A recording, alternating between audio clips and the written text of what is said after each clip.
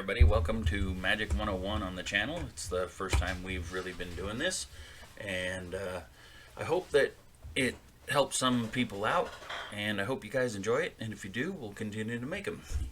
The first deck that we're working on here is one I call the White Weenie deck.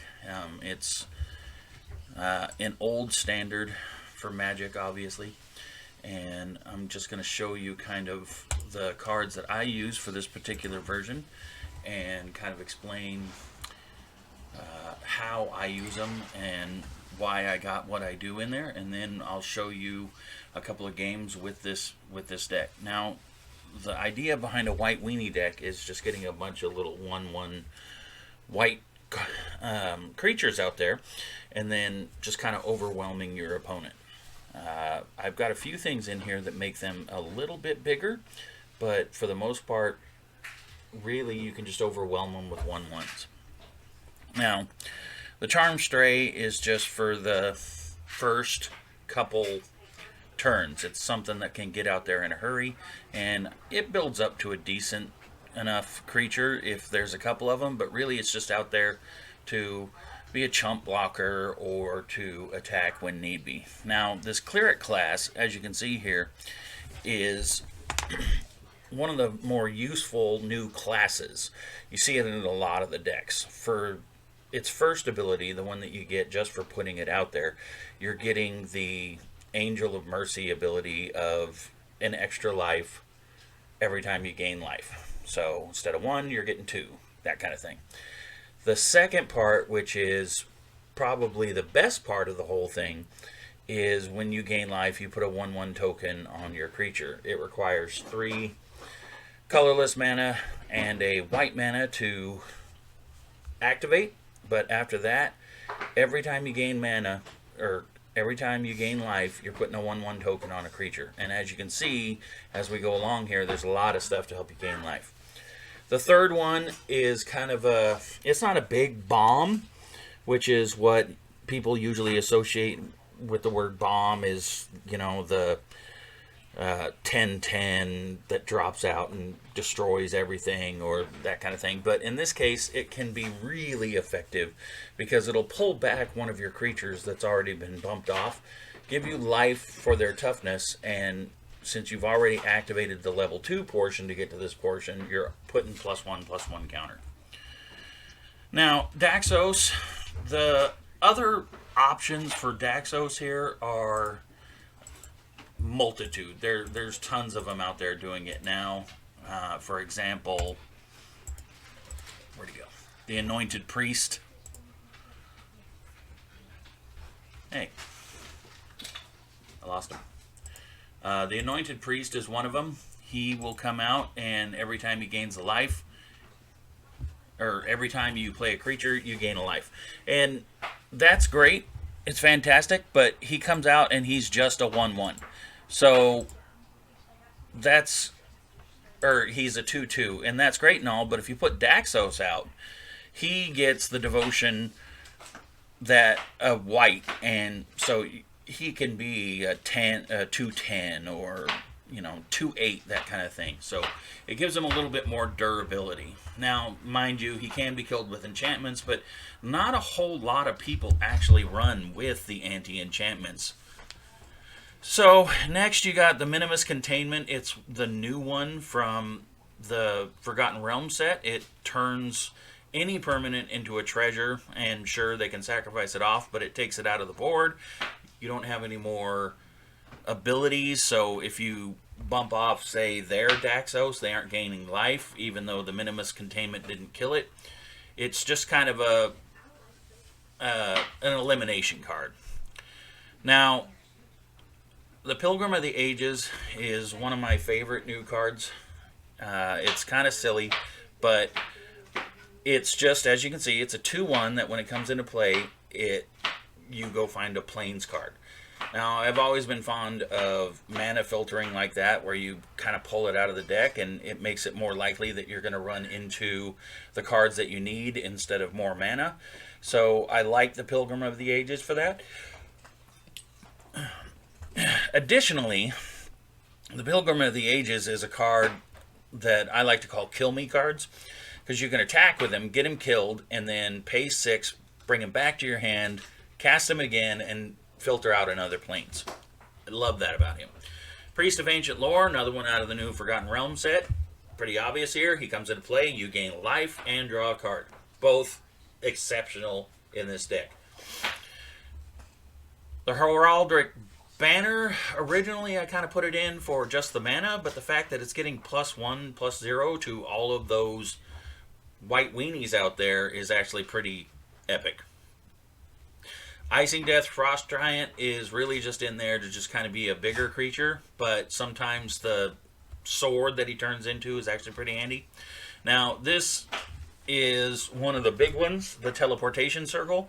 It came out of the new Forgotten Realms set, and basically what it means is you're able to quote-unquote recast, because you just pull it out of play and then put it immediate back in play, one of your creatures or artifacts. So in this case, you're going to bounce a creature and gain life with Daxos, or you're going to bounce the Pilgrim of the Ages and you're going to get another planes, or you bounce the Priest of Ancient Lore and you get a life and draw a card. Or, and this is what it is really in there for, because the combo here is Daxos and the Reverent Hoplite. I got this in a draft once and I just absolutely loved it. It's one of my favorite cards in current standard. Basically, it's a 5-cast 1/2 that gives you 1/1 white human token for each devotion to white.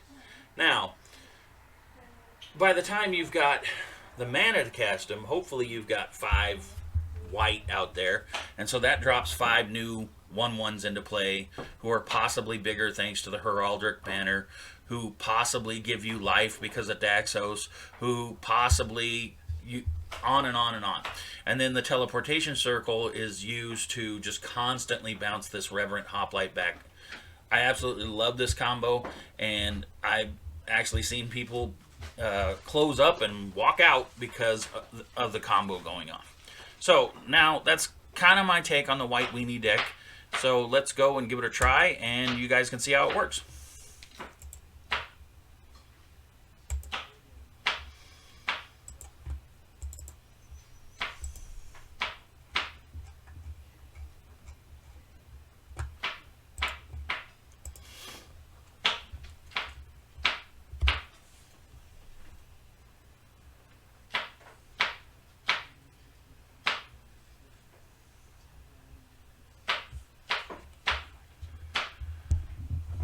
Get some sound in here. Maybe you won't hear the chopping of vegetables going on in the background. Okay, this is a pretty good opening hand. I usually like having 3 to start with. 4 seems a little bit much, and 2 can get iffy, but in a White Weenie deck, it's not really that bad to have only 1 or 2, because most of your stuff initially is only going to cost you the 1 or 2. So, Charmed Stray. You want to get him out there first so he can attack, and on the next turn, when he's able to attack, we'll be able to put the Cleric class out there as well and gain an extra life. Unless, of course, he does that, and then that just kind of changes our plans here.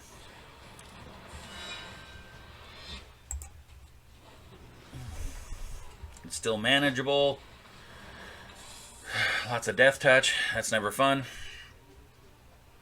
Death Touch doesn't mean as much in the White Weenie decks because you were able to sacrifice weenies to their 1/1s and that kind of thing, or chump block if need be. So it's not as big an issue, but it can be. And there we're filtering out some of our mana. We're going to go ahead and attack. Hopefully he blocks with the Viper. Either way, we got some life.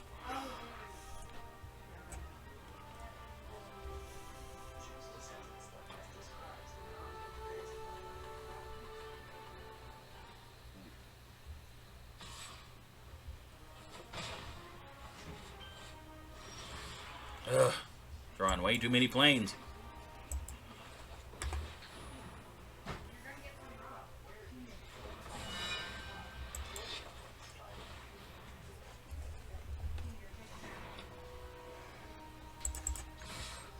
We really want him to kill our Pilgrim of the Ages, but even if he kills the Charm Stray, that's not too bad because it's a 1-for-1 swap there. Or he hexproofs and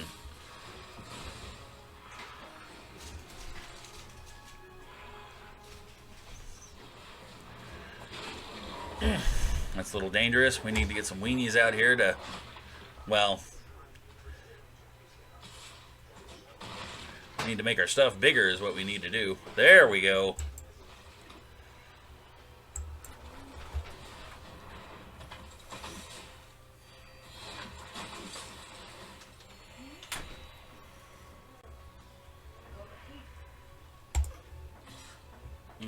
We'll hold on to it in case he attacks with the Pit Viper, Moss Viper.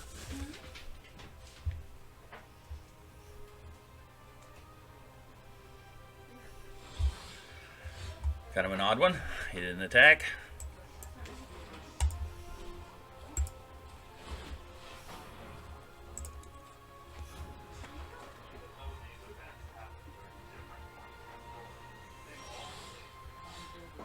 That was very odd. Alright. I don't want to do this.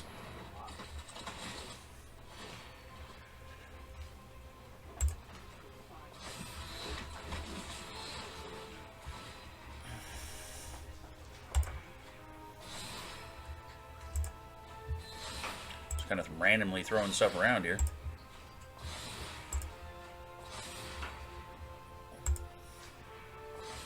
Alright, let's give him something.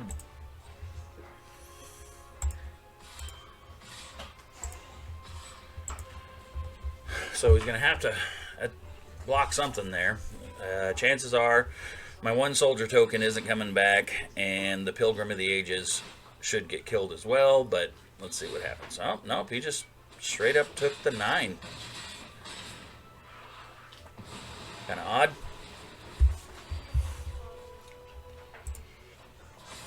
Go up and build another big one then.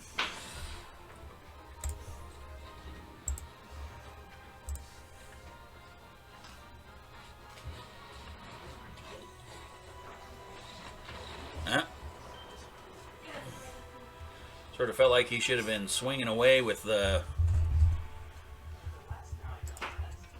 questing beast here, but he only attacked the one time. I'm not sure what he was doing, but there you have it.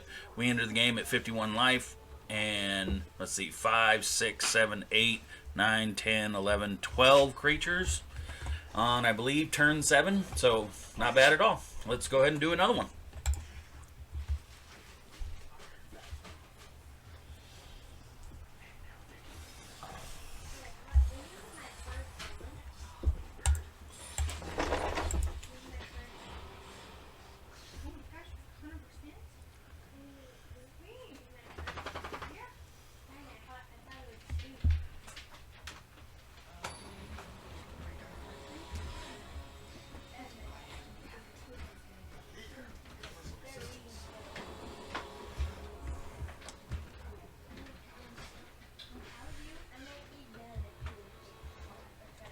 Another good hand. We can drop the Cleric already. One more mana, we can get our Heraldic Banner, and we definitely got 4 mana out there. Gives us a Priest of Lore and the Teleportation Circle. There we go. We're in business.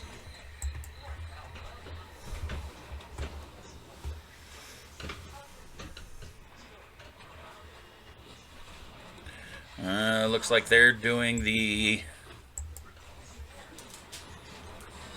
Pest Sacrifice.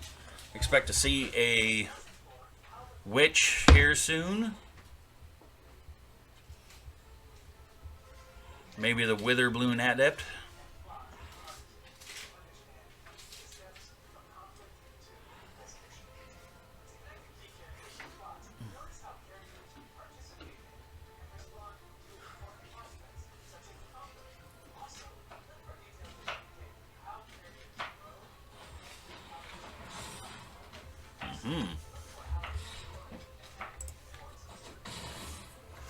Part of this too is with all the life gain, you can afford to take some shots there in the beginning, which definitely helps out.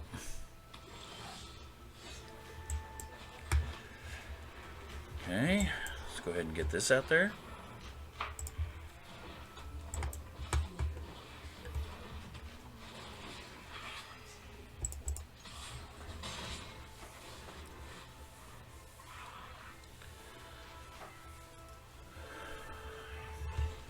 Now, I expect him to kill Daxos. Just kind of, that's what they do.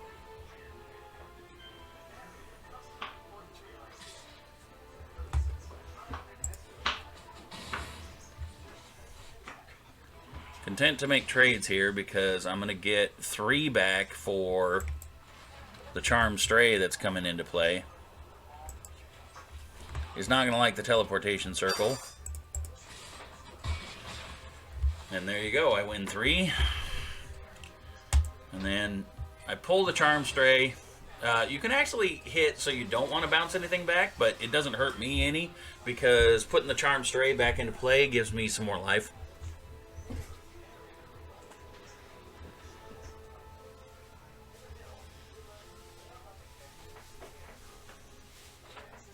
And there goes Daxos.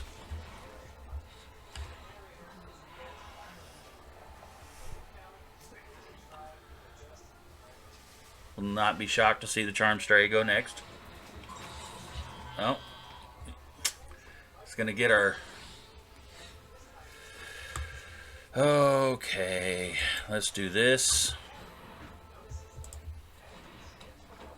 And then we'll do this.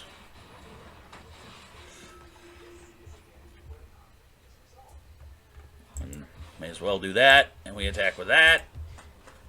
He's going to kill it, but we're going to gain life, so that's all that really counts.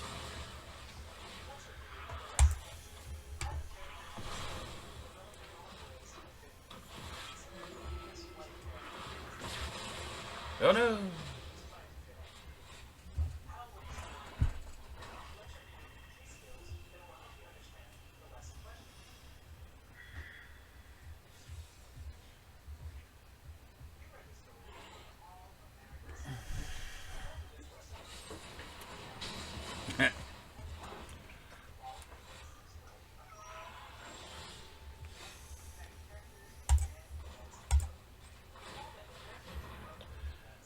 And then we will go like this, and we will go like this.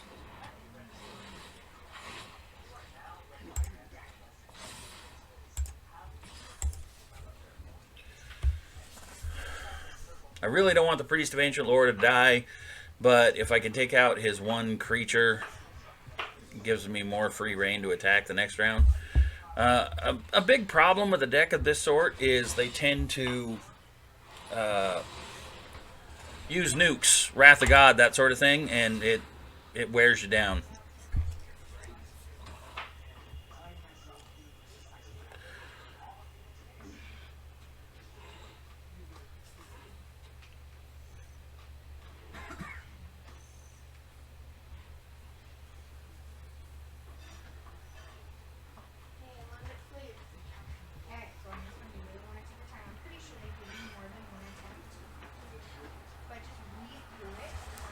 Apparently considering his options.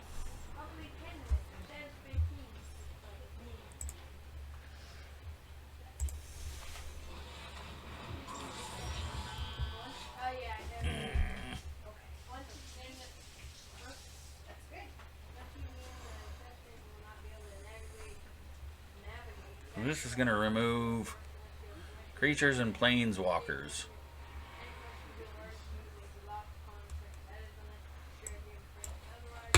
So that doesn't really help him. Especially if I do this.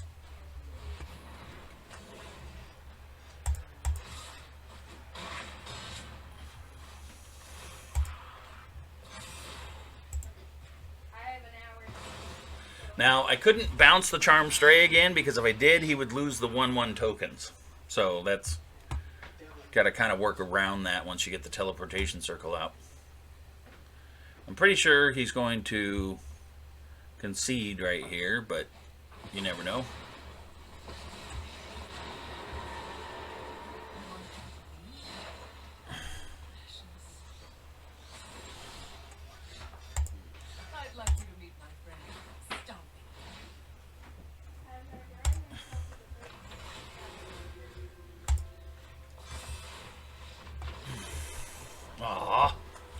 And there you have it. Another 42 life gain. He ended at 4. And as you can see, we didn't get the combo off with the Reverend Hoplite this time. Instead, we were able to build up our creatures with a mixture of Heraldric Banner and the Cleric class. So that's very important, is always having multiple ways to win, and that was just one of them. So there you have it. There's my version of the White Weenie deck under the current environment. Obviously, I've been putting stuff in and taking stuff out as the new stuff bounces around, but I hope you guys like it, and if you do, give it a shot. White Weenie's been around forever, obviously, for good reason, because it's a lot of fun.